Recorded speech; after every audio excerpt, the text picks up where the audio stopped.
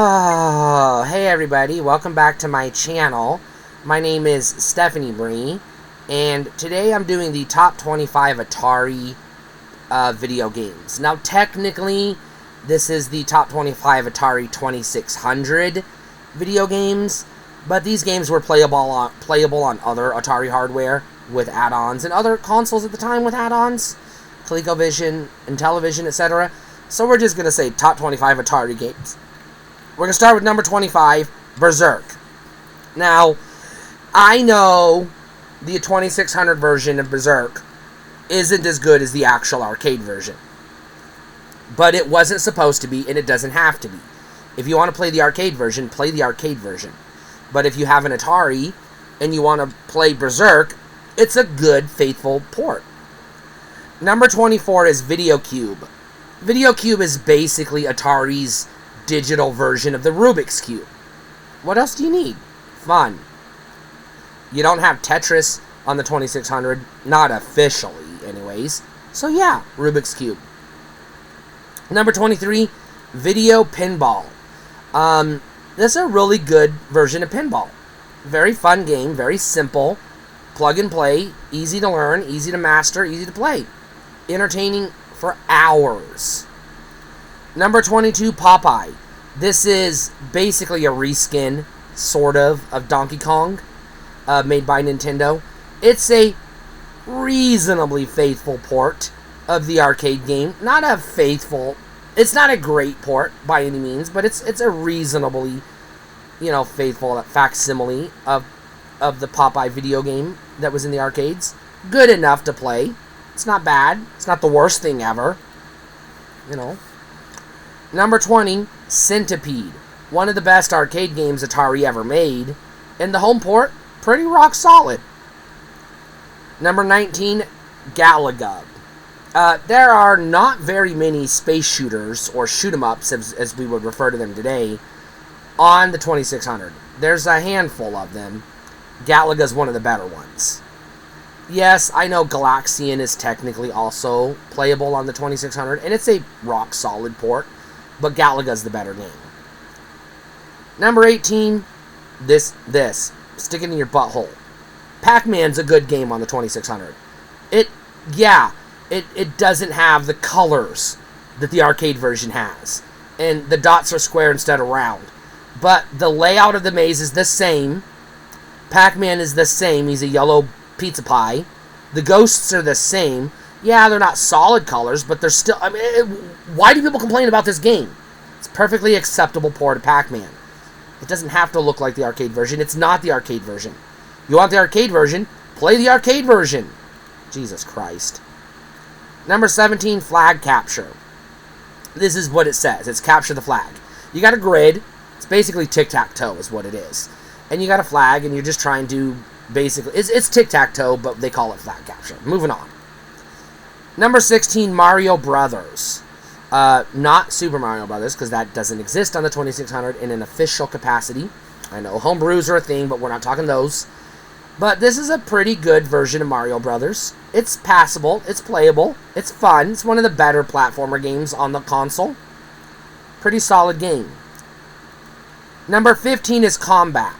Probably the best two-player game on the console, if we're being honest. Because, 97%, 98% of the games on the system are one-player games. So Combat's your best option for a two-player game. And it's a good game. You're a tank, or a couple of pixels that reasonably represent what a tank would look like if a 2-year-old had a box of crowns. But hey, what are you going to do? Number 14, Star Wars Return of the Jedi Death Star Battle. This is the only good Star Wars game on the Atari 2600, but it's a legit good Star Wars game on the Atari 2600. You basically play as the Millennium Falcon, and you're flying around shooting TIE fighters, waiting for the shield to go down, so that you can blow up the Death Star. That's it, but what more do you need? That's like the whole sum of Star Wars. Get to the Death Star, blow it up, save the day, wave the flag, salute the Jedi, Happy New Year, goodbye. Number 13, Pole Position. This is one of the, I would say, more fully developed racing games on the Atari 2600.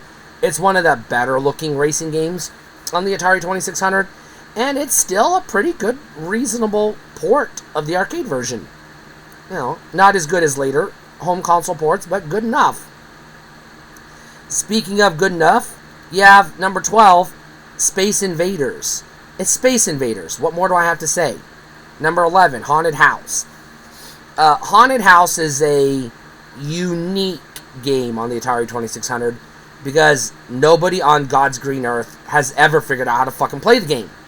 But it's still fun because it's scary, and it is scary. And that's it. You play it for the scares. You don't play it to win because I don't think you can. I don't know if there's a goal. I think you just play it until you die. I think that's the purpose of the game. Number 10, now we're into the best games for the Atari 2600. Number 10 is Donkey Kong.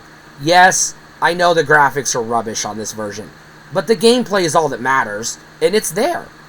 The core gameplay is there. And the graphics aren't that bad. Mario kind of looks like Mario. Donkey Kong doesn't look anything like Donkey Kong, but you can squint, rub some Vaseline on your glasses and squint, and it looks like almost Donkey Kong. Number 8, E.T. Guys, E.T. is not a bad game. It's not. It's an actual good game if you know how to play it.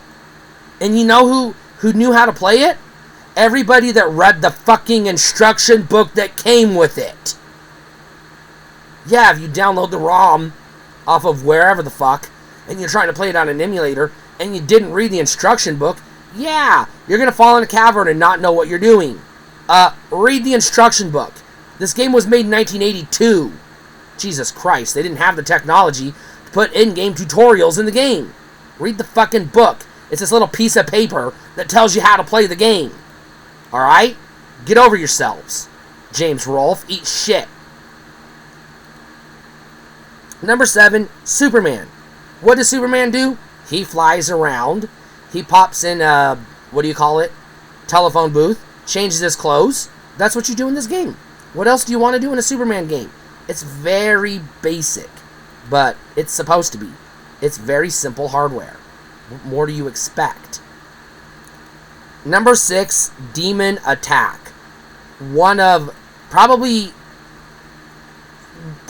the best, one of the best pseudo shoot 'em ups, proto shoot 'em ups on the console, and one of the best space shooters on the console, and probably one of the best third-party games on the console too. One of the best. Great game. It's basically a Space Invaders type clone. It's basically a shoot 'em. It's essentially a proto shoot 'em up, but it's one of the best games on the console.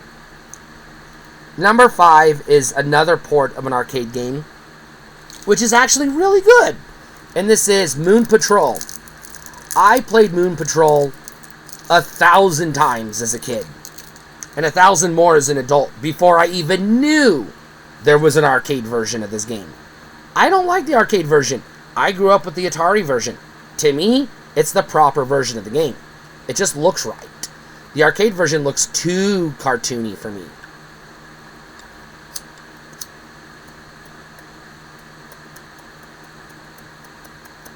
Number 4 came to us from Konami by way of Sega through Atari. I know it's complicated, but things were complicated back then. This is Frogger. Frogger is one of the... Oops, I skipped number 9. I apologize. Backpedal, backpedal, backpedal. Number 9 is Qbert. Moving on. Frogger, number 4. Number 3 is Adventure. I don't have to tell you what Frogger is. You've played it. You got it on your phone right now. Number 3 is Adventure. Adventure is not just a legit good game. Yes, it is. If you read the instruction book, again, read the book, learn how to play the game, then it's a good game. If you go into it not knowing what the fuck to do, that's your fault. You didn't read the instruction book. You obnoxious, illiterate piece of shit. Read. Learn to read. James Rolfe, learn to read, asshole. I hate James Rolfe. He's an asshole. Alright, number 2, Pitfall. Oh, by the way, Adventure is the proto It's the game that basically paved the way for Legend of Zelda. I forgot to mention that. Speaking of which, number 2 is Pitfall. This is one of the probably earliest examples of a proto side-scrolling platformer. It's not quite a platformer, but it is a side-scrolling adventure game. It's a really good game. The greatest game, number 1, best game on the Atari 2600, the best game Atari has ever made. They probably should have stopped after they made this game because it was all downhill after Asteroids. There is nothing better than playing a game of Asteroids on the Atari 2600 for 3 hours straight and just watching the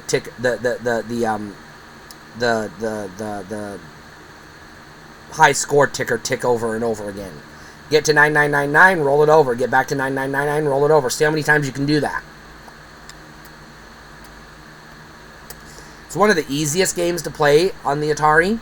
It's one of the best looking games on the Atari. Better looking than the arcade version. It's actually better than the arcade version. Easier to play, more colorful, better graphics. Yeah, this is the best game on the Atari.